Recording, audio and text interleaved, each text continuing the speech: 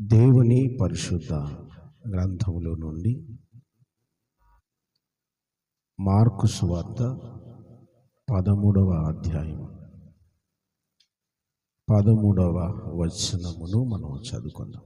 Mark సువార్త 13వ అధ్యాయము 13వ వచనం.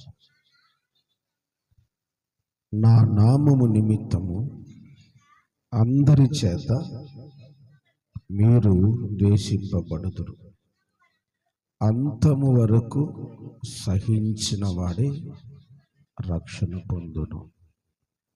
అంతము వరకు సహించిన వాడే రక్షణ పొందును. ఈ మాటలు మత్తయి సువార్తలోను అలాగే లూకా సువార్తలోను మార్కు సువార్తలోను 3 సువార్తల్లో కనపడతాయి. దేవుడు ఒక్కసారి ఒకే మాట 3 సార్లు రాయించాడు అంటే ఇది చాలా ప్రాముఖ్యమైన మాట అని మనం అర్థం చేసుకోవాలి. చాలా విలువైన మాట అని అర్థం చేసుకోవాలి. దేవుడు 1 లేక 2 సార్లు మాత్రమే మాట్లాడతాడు. ఒకటే మాట 1 లేక 2 సార్లు మాత్రమే మాట్లాడతాడు. 3వసారి మాట్లాడుతున్నాడు అంటే అది చాలా జాగ్రత్త వహించవలసిన మాట అని మనం గుర్తుపెట్టుకోవాలి. ప్రియమైన దేవుని సంగమా, ఈ మాట ఇది అంతము వరకు సహించువాడే రక్షణ పొందును. మీరు అనొచ్చు, అన్నయ్య మేము రక్షణ పొందలేదా? రక్షణ అన్నది బాప్తిస్మం ద్వారా వచ్చేది కాదు. అంతము వరకు ఆ బాప్తిస్మపు అనుభవాన్ని ఎవరైతే నిలుపుకుంటారో అదే నిజమైన రక్షణ. అంతము వరకు అనగా మరణము వరకు లేక క్రీస్తు రాకడ వరకు ఎవరైతే ఆత్మీయ జీవితాన్ని, విశ్వాసపు జీవితాన్ని, పరిశుద్ధతను కాపాడుకుంటారో వారు మాత్రమే రక్షణ పొందుతారు. ఆమేన్. ప్రియమైన దేవుని సంగమా, ఒక మనిషి జీవితం 70 సంవత్సరాలు కదండి. 69 సంవత్సరాల వరకు ఎంతో ఆశీర్వాదకరంగా బ్రతికి 1 గంట మిస్ అయిపోయినా కూడా రక్షణలో లేనట్టే. 1 గంట మిస్ అయిపోయినా కూడా 1 గంట నీ ఆత్మీయ జీవితంలో అవిశ్వాసము, చెడు, పాపము 1 గంట లేక 1 సెకండ్ వచ్చినా కూడా ఇన్ని సంవత్సరాలు కష్టపడిన నీ ప్రయాస వ్యర్థమే. ఇన్ని సంవత్సరాల నీ ప్రయాస దీవెనకరంగా మార్చబడాలి అంటే అంతము వరకు సహించాలి. ఆమేన్. ఇప్పటికే చాలామంది విశ్వాసులైన వారు తమ ఆత్మీయ జీవితంలో విశ్వాసాన్ని, పరిశుద్ధతను, నీతిని కాపాడుకుంటున్నారు. అందును బట్టి దేవునికి స్తోత్రం. అయితే మనం గమనించాలి, అంతవరకు దేనిని సహించాలి, ఎవరిని సహించాలి? అంతము వరకు సహించకపోతే వచ్చే నష్టాలు ఏంటి అంటే ఖచ్చితంగా నష్టం అయితే ఉంది. బైబిల్లో మహాభక్తుడైన మోసేను గురించి కొన్ని మాటలు గుర్తు చేస్తాను. మోసే అనే దైవజనుణ్ణి దేవుడు ప్రేమించి 40 సంవత్సరాలు ఇశ్రాయేలు ప్రజల మీద నాయకునిగా చేశాడు. ఎన్ని సంవత్సరాలు? నోరు తెరిచి చెప్పండి. 40 ఏళ్ళు. 40 ఏళ్ళ సంవత్సరములలో మోసే ఇశ్రాయేలు ప్రజలు నడిపిస్తున్నప్పుడు నీళ్ళు అడిగితే నీళ్లు, అన్నం అడిగితే అన్నం, మాంసం అంటే మాంసం, ఇలాగ ఎన్నో ఇశ్రాయేలు ప్రజలు మోసేను బాగా విసిగించారు. వాళ్ళ కాళ్ళ మీదైనా పడ్డాడు కానీ మోసే వాళ్ళను మాత్రం విడిచిపెట్టలేదు. వాళ్ళ కాళ్ళ మీద పడి, అయ్యా దయచేసి దేవునికి వ్యతిరేకంగా నడుచుకోవద్దు అని బ్రతిమలాడాడు కానీ వాళ్ళను విడిచిపెట్టి మాత్రం పోలేదు. తనకున్న బాధ, వేదన, దుఃఖం అంతా దేవునికి చెప్పుకున్నాడు. అయితే మోసే ఫైనల్గా లాస్ట్ సమయంలో ఇశ్రాయేలు ప్రజల మీద విసుకొచ్చి ఏమన్నాడంటే, ద్రోహులారా అన్నాడు. ఒక్క మాట. ఆ మాట కీర్తనకారుడైన దావీదు ఏం చెప్పాడో చూడండి. కీర్తనల గ్రంథం 106వ కీర్తన 33వ వచనం ఏమని పలికాడో చూడండి. ఎట్లనగా అతని ఆత్మ మీద తిరుగుబాటు చేయగా అయిపోయింది. మోసెస్ అప్పటి వరకు చేసిన పరిచర్య కనానుకు వెళ్ళటానికి ఇక కొన్ని గంటలలో ప్రయాణం ఉంది. అయితే ఆ ఒక్క మాట పలకటం వలన కనాను యాత్ర మోసేది ముగిసిపోయింది. అయ్యా 40 సంవత్సరాలు నీ ఆత్మీయ జీవితంలో ఎన్నో కష్టాలు పడ్డావు. ఒక్కొక్కడు నత్తివడ అంటాడు, ఒక్కొక్కడు రాయి తీసుకుంటాడు, మరొకటి తీసుకుంటాడు. ఎన్ని చిత్రహింసలైన భరించాడు, కానీ ఒక్కసారి మాత్రం సహించలేకపోయాడు. ఒక్క విషయంలో సహించలేకపోయాడు. దేవుడు బండతో మాట్లాడమంటే ఆ బండతో కొట్టాడు, బండను కొట్టాడు, కోపం వచ్చి. జరిగిన విషయం ఏంటంటే, మోసే కనానులోకి ప్రవేశించలేకపోయాను.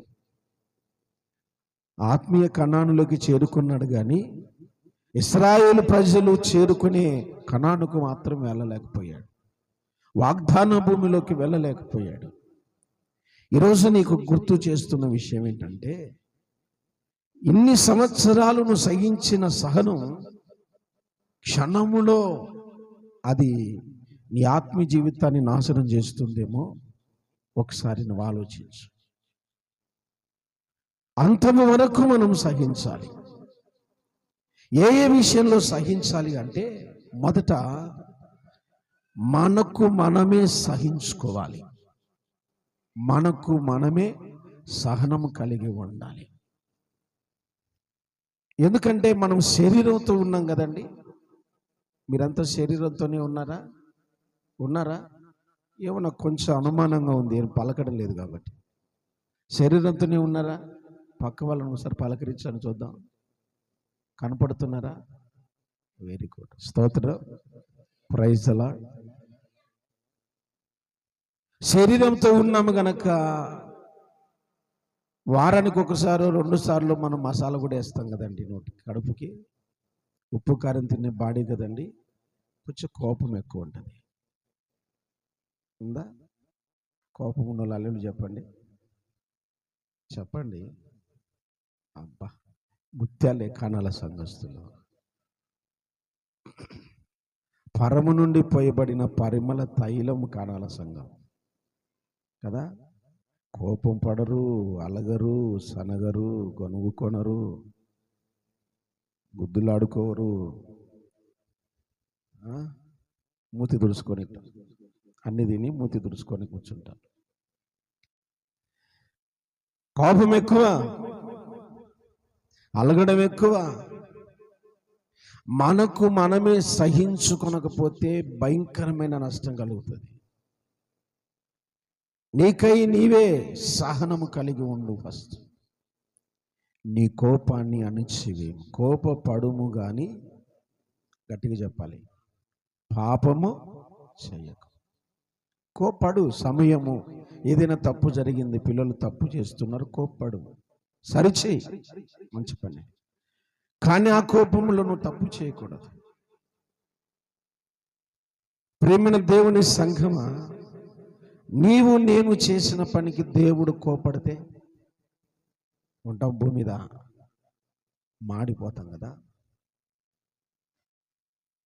నీ కోపాన్ని నువ్వు అణుచుకోవాలి. మానవునికి కోపం ఎక్కువే. కోపావేశంతో కొందరు తన ఆత్మీయ జీవితాన్ని పతనం చేసుకుంటారు. విశ్వాస పని వాడ పగలగొట్టుకుంటున్నారు. కోపంతో అనే మాట ఏమంటారు చెప్పనా? దేవుడు లేడు, మాట్లాడాలి. దేవుడు లేడు, గీవుడు లేడు. నేను పాస్టర్ అన్నకు చెప్తా, పాస్టర్కు చెప్పుకో, వాళ్ళ అడానికి చెప్పుకో, ఇంకెవరికైనా చెప్పుకో. కోపంలో వచ్చే మాటలు ఎవరికైనా, మీకైనా, నాకైనా. కోపముతో కలిగే ప్రమాదాలు ఎన్నో. అందుకే కోపము వీడుము అన్నాడు దేవుడు. కోపాన్ని విడిచిపెట్టాలి. స్తోత్రం కలుగును గాక. రెండవది, మానవుని శరీరానికి కలిగే ఒక భయంకరమైన ఆశ ఏంటంటే కోరిక. చెప్పండి, ఏంటి? కోరిక. కోపము తర్వాత కోరిక. కోరిక ఎప్పుడు కలుగుతుందంటే పక్క వాళ్ళను చూసినప్పుడు మనకు కోరికలు కలుగుతాయి. పక్క వాళ్ళను చూసినప్పుడు.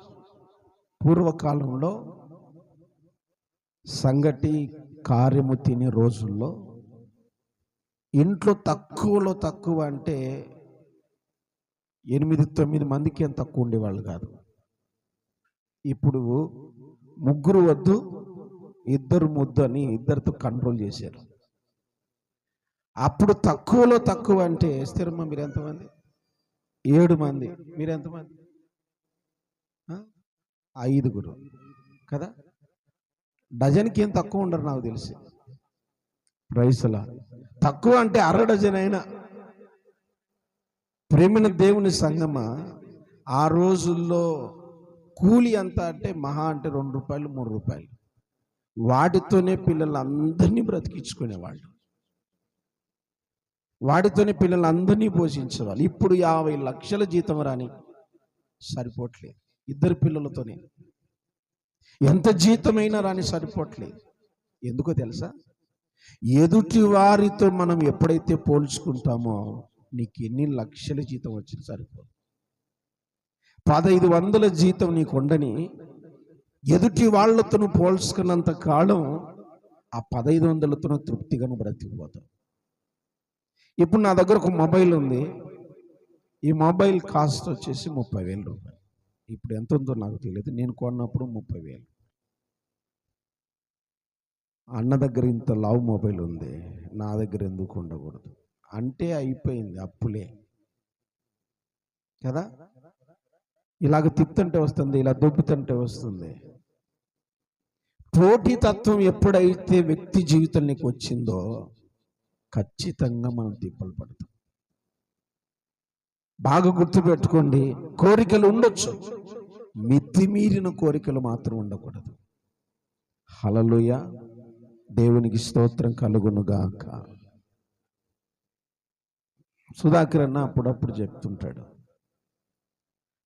ఒక అబ్బాయి, అన్నయ్య నేను పరిచర్యకు వస్తాను, సావుకునికి వస్తాను, బాగా చదువుకురా అని వాళ్ళ అమ్మ నాన్న అంటే, చదివేమోలే మమ్మీ, అన్నయ్య వెంబడి వెళితే, సేవకుడిలాగా వెళితే, సేవకుడు అయితే ఏ ఇంటికి వెళ్ళినా చికెన్ కూర పెడుతున్నారు మమ్మీ అంటే, ఇడు సేవకుడు ఎందుకు కావాలి? ఇప్పుడు చికెన్ తినడానికి సేవకుడు మొత్తం మీద కింద మీద పడి సేవకుడైతే అయ్యాడు.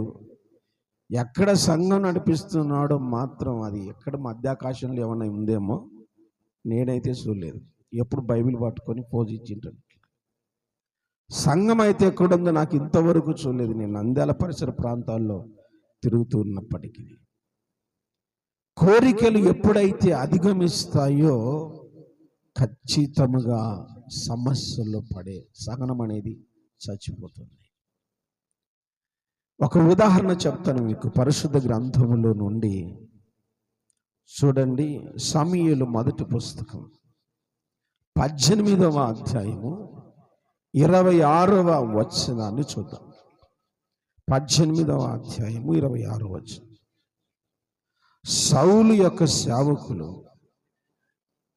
గోలియాతు పలికిన మాటలు, లేక క్షమించాలి, సౌలు చెప్పిన మాటలు దావీదునకు తెలియజేయగా, తాను రాజునకు అల్లుడు కావాలనన్న కోరిక గలవాడై.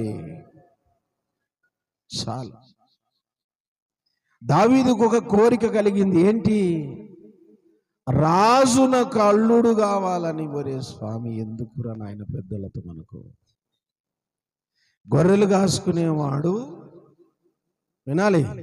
గొర్రెలు కాసుకునేవాడు ఎవరికి అల్లుడు కావాలనుకున్నాడు? సమస్యనా కాదా ఇది? చెప్పండి, సమస్యనా కాదా? చాలా పెద్ద సమస్య. ఒకవేళ కింద మీద పడి రాజు అయినప్పటికీ, అల్లుడు అయినప్పటికీ నిన్ను అల్లుడిగా అంగీకరించే మనసు రాజుకుంటుందా? ఉండదు. ఎప్పుడైతే ఆ కోరికతో సౌలును జయించాడో, వినాలి, దావీదుకు సమస్యలు ప్రారంభమయ్యాయి. సొంత మామ సౌలే తరమడం ప్రారంభించాడు, చంపడానికి ప్రయత్నం చేశాడు. ఉంటే రాజుగా నేనైనా ఉండాలి, నా కొడుకులైనా ఉండాలి. దావీదు ఎలా ఉంటాడు? ఇలాగ పగ పెంచుకున్నాడు. దావీదుకు సమస్య ఎక్కడి నుండి వచ్చిందంటే, తన హృదయంలో పుట్టిన కోరిక దావీదును సమస్యలోకి తెచ్చింది. మీకు కూడా మితిమీరిన కోరికలు ఉంటాయి కదండి ఫంక్షన్లకు వెళ్ళినప్పుడు. అందుకే నేను ఎక్కువ శాతము ఫంక్షన్లకు వెళ్ళను, పెళ్ళిళ్ళకు అట్లా అర్థాలకు వెళ్ళను. పాస్టర్మను కూడా పంపించడం ఇష్టం ఉండదు నాకు. వాళ్ళకు కూడా ఆశలు ఉంటాయి కదా, కోరికలు. ఆ కోరికలతోనే సమస్యలు వస్తాయని ఒక్కొక్క పాస్టర్మ వేలాడ తీసుకొని వచ్చింటుంది. మా పాస్టర్మకు కోరిక పుడితే ఎట్లా? మాదేమో చిన్న సంఘము కదా, వాళ్ళ పుట్టింటి కాడ నుంచి వాళ్ళు సుమారుగా తెచ్చుకొని వాళ్ళేమో వేలాడ తీసుకొని వచ్చి ఉంటారు. ఇక్కడ శుభ్రంగా అన్ని తీసుకొని వెళ్ళిపోయిన ఈ పాస్టర్మకు ఆమె పక్కన కూర్చునేసరికి అనిపిస్తుంది, మా ఆయనకు కూడా ఒకసారి పిడి పెట్టాలా. హల్లెలూయా. పుడతాయి పుట్టవ కోరికలు, మానవ స్వభావం. మానవ స్వభావం. అప్పుడప్పుడు నేను కొంచెం మంచి డ్రెస్ వేసుకొని వస్తున్నా, అన్నా అసలు నీకే ఉన్నట్టు ఉందన్న ఇది షర్టు, ఎన్ని కావాలి, ఎంత అన్న? నాయనది గిఫ్ట్ రన్నా తండ్రి, నువ్వు ఆశపోయి నువ్వు కొనకడానికి వెళితే సుమారుగా అవుతుంది, గిఫ్ట్ ఇచ్చారు నాయన, 2000 రూపాయలు అంట, నాకు ఇచ్చారు గిఫ్ట్ అని చెప్పాను. అట్లనే అన్న, అది కొనుక్కుందాం అనుకుంటే, కొనుక్కుంటే 2000కి ఎంత అవుతుందో చూసారా? ఆలోచన చేయండి. ఒక వ్యక్తిని చూసినప్పుడు మనకేం కలుగుతుంది? కోరిక కలుగుతుంది. ఆ కోరిక దావీదును మరలా అడవుల్లోకి తరిమే పరిస్థితి వచ్చింది. నీ జీవితంలో నీకు పుట్టే కోరికలు నీ జీవితాన్ని పతనం చేస్తున్నాయా, లేక ఆత్మీయతలోకి నడిపిస్తున్నాయి? ఒక రాజుకు కోరిక పుట్టింది. చూడండి, దావీదు దానియేలు గ్రంథం 5వ అధ్యాయం. దానియేలు గ్రంథం 5వ అధ్యాయం మొదటి మాట చదువుదాం. గమనించండి, బెల్షస్సరు అనే రాజుకు ఒక కోరిక పుట్టింది. ఏంటి ఆ కోరిక? మామూలు పాత్రలో తాగితే తృప్తి లేదురా. దేంట్లో తాగాలి? దేవుని మందిరములోని ఉపకరణములో తాగాలి. ఆ పాత్రలోది తాగితేనే కొంచెం రాజు అనే దానికి ఘనత ఉంటుంది. అందుకే సొలొమోను మహారాజు ఒక మాట రాశాడు. సామెతల గ్రంథం 25:28వ వచనంలో ఒక మాట రాశాడు. చదివితే, ప్రాకారము లేక పాడైన పురము ఎంతో, తన మనస్సును అదుపు చేసుకోలేనివాడు, తన్ను తాను కంట్రోల్ చేసుకోలేనివాడు, తన్ను తాను కంట్రోల్ చేసుకునేవాడు పాడైపోయిన పురముతో సమానము, చెడిపోయిన పట్టణముతో సమానము. నీవు కంట్రోల్ చేసుకోకపోతే నువ్వెన్ని సమస్యలు పడతావో నీకు అర్థం కాలేదు. నీ ఆత్మీయ జీవితం ఎంత నాశనం అవుతుందో నీకు అర్థం కాలేదు. అందుకే అంతవరకు నిన్ను నీవే సహించుకో. ఆమేన్, హల్లెలూయా. ఇతనికి ఒక కోరిక కలిగింది. ఆ కోరిక ఏంటి? దేవుని యొక్క మందిరములోని ఉపకరణాలలో మద్యం పోసుకొని తాగాలన్న కోరిక. అలాగూ కోరిక పుట్టినప్పుడు ఆ కోరికను తీర్చుకొని చూడగా దేవుడు అతనికి ఒక దర్శనాన్ని ఇచ్చాడు. ఆ దర్శనము చూసినప్పుడు బెల్షస్సరు పరిస్థితి మనం గమనిస్తే, అతడు గడ గడ వణుకుచు ఎలా పడిపోయాడట? గడ గడ గడ పడిపోయాడంట. చూడండి ఆ మాట 5వ అధ్యాయంలో.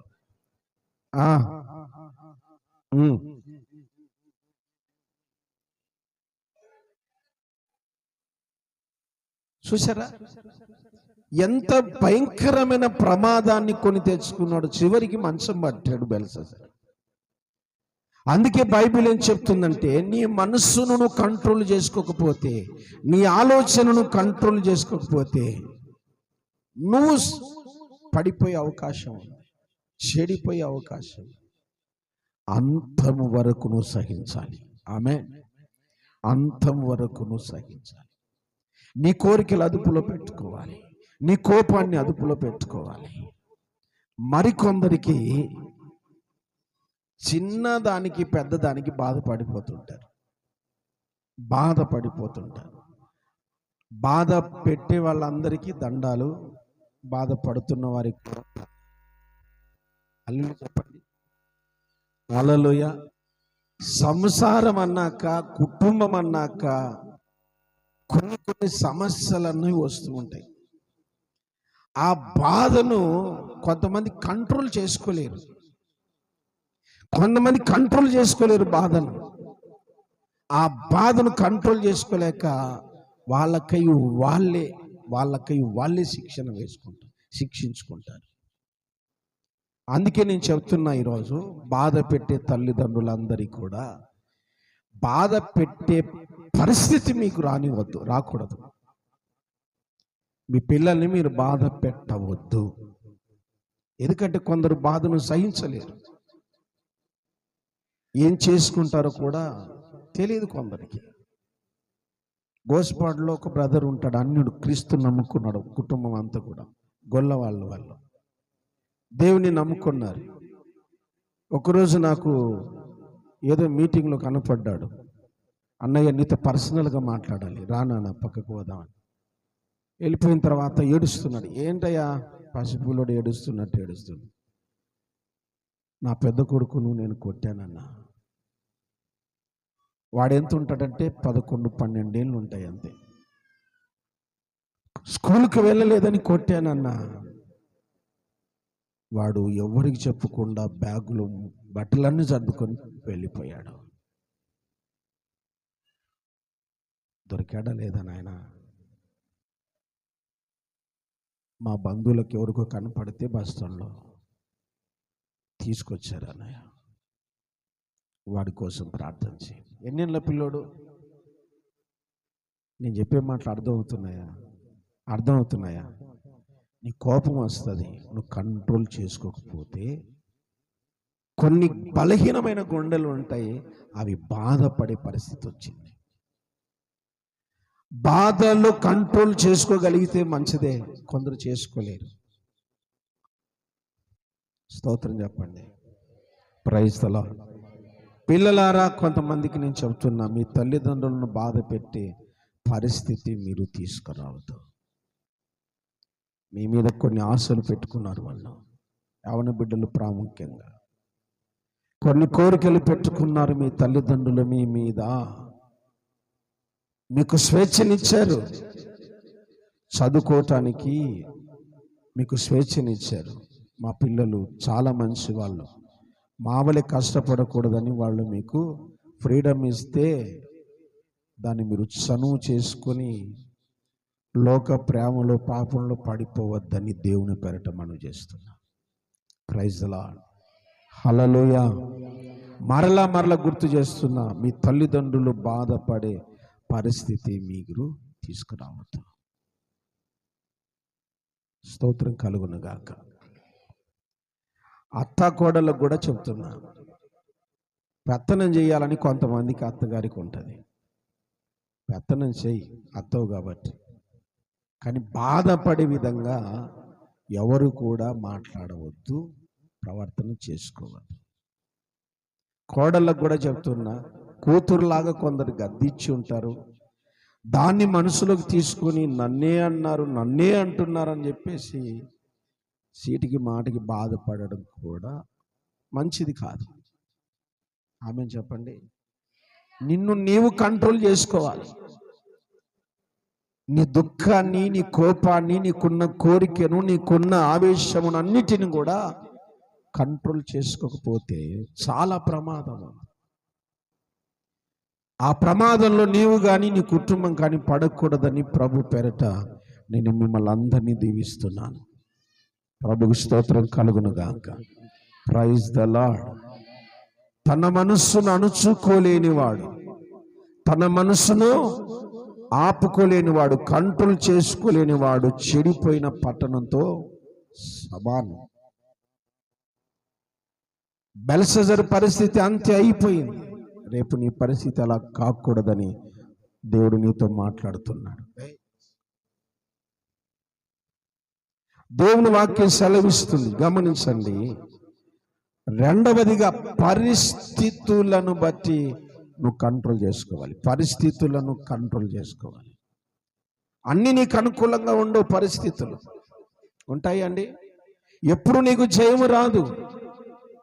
అన్ని సమయాల్లో నీకు పొగడ్తలు ఉండవు. అన్ని సమయాల్లో నీకు ఘనత ఉండదు. కాబట్టి నీకున్న పరిస్థితులను బట్టి నీ మనసును కంట్రోల్ చేసుకోవాలి. నాకెందుకు రాలేదు, నేనెందుకు జయం పొందలేదు, నాకెందుకు ఘనత రాలేదు, నాకెందుకు ప్రతిఫలం రాలేదు అనే ఆలోచన నీ హృదయంలోకి రాకుండా నువ్వు జాగ్రత్త పడాలి. అందుకే బైబిల్ చెప్తుంది, అంతవరకు నువ్వు సహించాలి. దేనిని? పరిస్థితులను కూడా సహించాలి. ఒక్కొక్కసారి మీరు అదేమాట అంటారు, పాము నిచ్చెనలు ఏమాట అంటారు దాన్ని? కొంచెం ఆట పేరు చెప్పండి. ఏమ్మా? లూడోగా తల్లి, షేక్ అండ్ ల్యాండా? స్నేక్ ల్యాండా? Okay, Laden. దేవునికి స్తోత్రం. ఆడారా ఎప్పుడైనా? ఆడి ఉంటారులేండి. దాదాపుగా 99 నంబర్ మీద, 98 నంబర్ మీద ఒక పెద్ద పాము ఉంటుంది. 98వ నంబర్ మీద అన్నిటికంటే ఒక పెద్ద పాము ఉంటుంది. వినాలి, 98 క్రాస్ అయ్యావు, తప్పించుకున్నావు అనుకుంటావు. నీ వెనక ఒకడు ఉంటాడు, వాడు జంప్ అయి 99లోకి దాటి 100లోకి వెళ్ళిపోతాడు. నువ్వు అనుకున్న విజయం నీకు దక్కకుండా ఇంకొకడికి వచ్చేసి 99 వరకు నువ్వు వచ్చావు. 98 దాటుకొని వచ్చావు. ఎన్ని పాములో, ఎన్ని నిచ్చెనలో దాటుకొని వచ్చావు. 99లో నువ్వు ఉన్నావు. ఒక్క అడుగు ఒకటి పడితే దాంట్లోకి వెళ్ళిపోతావు. ఆలోగా నీ అనుకున్నాడు 5 వేసాడు, 5లో కొన్ని 100కు వచ్చాడు వాడు. 95 నుంచి నీకు రావలసిన లక్కీ, నీకు రావలసిన ఉద్యోగం, నీకు రావలసిన ప్రాపర్టీ, నీకు రావలసిన ఘనత మరొకడికి వచ్చేసింది. ఏం చేయాలి ఇప్పుడు? డీలా పడిపోదామా? బలహీన పడిపోదామా? సహించాలి. ఒకరోజు నువ్వు ఆ 100లోకి వచ్చే సమయం కూడా నీకు కూడా వస్తుంది. సహించాలి. దేవునికి స్తోత్రం. Praise the lord. పరిస్థితులన్నిటినీ కూడా నువ్వు సహించుకుంటూ రావాలి. సంఘంలో నిన్ను గుచ్చే వాళ్ళు ఉంటారు, ఇంటిలో నిన్ను గాయపరిచే వాళ్ళు ఉంటారు, సమాజంలో నిన్ను గాయపరిచే వాళ్ళు ఉంటారు. నువ్వు బైబిల్ పట్టుకుంటే నిన్ను నిందించే వాళ్ళు ఉంటారు. నువ్వు తెల్లని వస్త్రాలు ధరించుకున్నప్పుడు నిన్ను అవమానపరిచే వాళ్ళు ఉంటారు. అలా అన్నిటిని కూడా నువ్వేం చేయాలి? సహించాలి. అట్టి బలమైన శక్తి దేవునికి దయచేయును గాక. మూడవదిగా సాతాను పెట్టే శోధనలు కూడా నువ్వు జయించాలి సుమా. వాటిని కూడా నువ్వు సహించాలి. మంచి భక్తిపరుడైన యోబు దగ్గరికి సాతాను వచ్చేసాడు. మంచి భక్తిపరుడైన యోబు దగ్గరికి వచ్చాడు.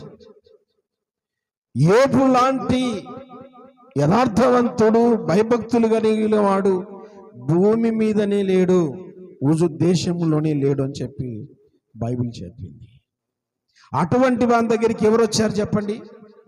చెప్పాలి. ఎవరు వచ్చారు? ఖచ్చితంగా నీవు భక్తిపరుడవో కాదు రుజువు చేసుకోవటానికి ఒక అవకాశం ఉంటుంది. ఇందులో సాతాను నిన్ను, అపవాది నిన్ను శోధిస్తాడు. నీ పిల్లలు నీకు దూరం చేస్తాడు, నీ కుటుంబాన్ని నీకు దూరం చేస్తాడు, నిన్ను అవమాన పాలు చేస్తాడు, నిన్ను రోగాల పాలు చేస్తాడు. యోబులాగా నువ్వు నిలబడగలిగితే తప్ప నీకు రక్షణ లేదు. ఆమేన్. Praise the lord. యోబులాగా నువ్వు మాట్లాడగలిగితే తప్ప నీకు రక్షణ లేదు. యోబు అన్నాడు, దేవుడు అన్యాయము చేయుట అసంభవం అని పలికాడు. నా శరీరం ఇలా చీకిపోయినా మరలా నేను నా దేవుణ్ణి చూస్తానని సాక్ష్యం ఇచ్చాడు. సాతాను పెట్టే శోధనలను కూడా నువ్వు సహించాలి. 4వది, దేవుడు పెట్టే పరీక్షల్లోనూ కూడా నువ్వు సహనం కలిగి ఉండాలి. దేవుడు ఏం పెడతాడు? పరీక్ష. దేవుడు అబ్రహామును పరిశోధించెను. దేవుడు నీకు పరీక్ష పెడతాడు. నా బిడ్డవా కాదా? విశ్వాసములో ఉన్నావా లేదా?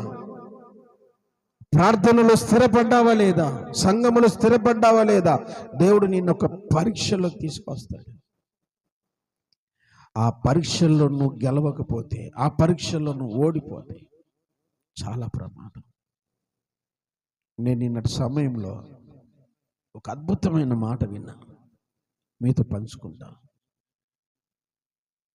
ఒక కండక్టర్, ఒక దైవజనుడు బస్ ఎక్కాడంట.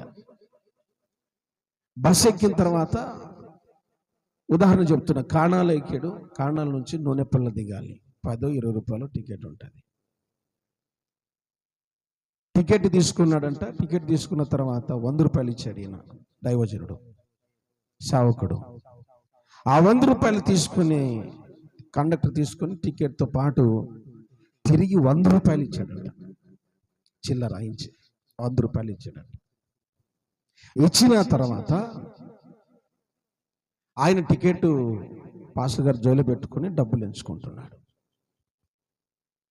90 రూపాయలు ఉండాలి, 100 రూపాయలు ఉందంట. 10 రూపాయల టికెట్ కొట్టాడు, 90 రూపాయలే ఉండాలి, 10 రూపాయలు ఉందంట. 100 రూపాయలు ఉందంట, 10 రూపాయలు ఎక్కువ వచ్చింది. పరిశుద్ధాత్మ దేవుడు చెప్తున్నాడంట, ఆ డబ్బు నీది కాదు కదా, ఎన్నికి ఇచ్చేయన్నాడట. ఈ పాస్టర్ గారు అనుకుంటున్నాడు మనసులో, ఇట్లాడు 10 ఎన్ని మింగింటాడో కండక్టర్, ఇట్లాడు 10 అన్ని ముంచి ఉంటాడో ఈ కండక్టర్. చిల్లర ఇవ్వకుండా, చిల్లర మర్చిపోయిన వాళ్ళు ఎంతమంది ఉంటారు. ఆడి చెప్పేసి ఉంటే మనల్ని అనుకుంటున్నాడంట. మనసాక్షి చెప్తుందంట, మరల కొంత సమయానికి 10 వెళ్ళేటప్పుడు ఇచ్చేయి మర్యాదగా అని చెప్తుందంట. ఇట్లాంటి 10 జారిపోయిన బస్సులు ఎన్ని దొరికింటాయి అంటాడంట ఈ కండక్టర్, ఈ పాస్టర్ గారు కండక్టర్ మీద. ఫైనల్గా అతడు దిగాల్సిన స్టేజ్ వచ్చింది. దిగుతూ 10 రూపాయలు చేతులు పెట్టి 10 రూపాయలు ఎక్కువ ఇచ్చావు సార్ అన్నాడట. నేను ఎక్కువ ఇవ్వలేదు, కావాలని ఇచ్చాను మీకు 10 రూపాయలు. ఎందుకో తెలుసా? మీరు బల్ల గుద్ది వాక్యం చెప్తుంటారు కదా, పరుల సొమ్ము తీసుకోకూడదని చెప్తుంటారు కదా, నీతి బోధలు చేస్తుంటారు కదా, మీ ప్రవర్తన ఎలాగుందో పరీక్షించాలని 10 రూపాయలు ఎక్కువ ఇచ్చాను అన్నాడట. మీరేం చెప్తున్నారో అదే చేశారు, అందుకే నేను ప్రభువును విశ్వసిస్తున్నాను అన్నాడట. స్తోత్రం చెప్పండి. Praise the Lord. ఒకవేళ 10 రూపాయలు ఇవ్వకుండా పోయింటే, ఆ సేవకుని బట్టి అందరి సేవకులు ఇంతే, చెప్పేది ఒకటి చేసేది ఒకటి అనేది అతనిలో ముద్రపడేది. అతడు ఊరుకుంటాడా? అందరికీ చెప్పేస్తాడు. పరీక్ష. మనుషులు నిన్ను పరీక్షించవచ్చు, దేవుడు కూడా నిన్ను పరీక్షిస్తాడు. ఈ పరీక్షలో నువ్వు సహించకపోతే, ఓర్చుకొనకపోతే నువ్వు చాలా ప్రమాదాల్లో పడతావు. రక్షణ నీకు లేదు. నువ్వు బాప్తిస్మపు అనుభవాల్లో ఉండవచ్చు. పరలోకపు గవిని దగ్గర వెళ్ళి నిలబడి ఉన్నా అది ఓపెన్ కావాలంటే నువ్వు అంతవరకు సహించిన వ్యక్తివై ఉండాలి. Praise the lord, praise the lord. నీకేమేమి ఉన్నాయో మనం శరీరంతో ఉన్నాం కనుక ఆ శరీర క్రియలన్నీ కూడా వాటన్నిటిని కూడా నువ్వు సహించుకుంటూ నెరవేర్చుకుంటూ కాదు. నేను చెప్పే మాట అర్థమవుతున్నాయా? నెరవేర్చుకుంటూ కాదు, సహించుకుంటూ ఆత్మ ఫలములోకి నువ్వు రావాలి. ఆమేన్, ప్రైజ్ ద లార్డ్. అతి కృప పరిశుద్ధాత్మ దేవుడు మనందరికీ దయచేయును గాక.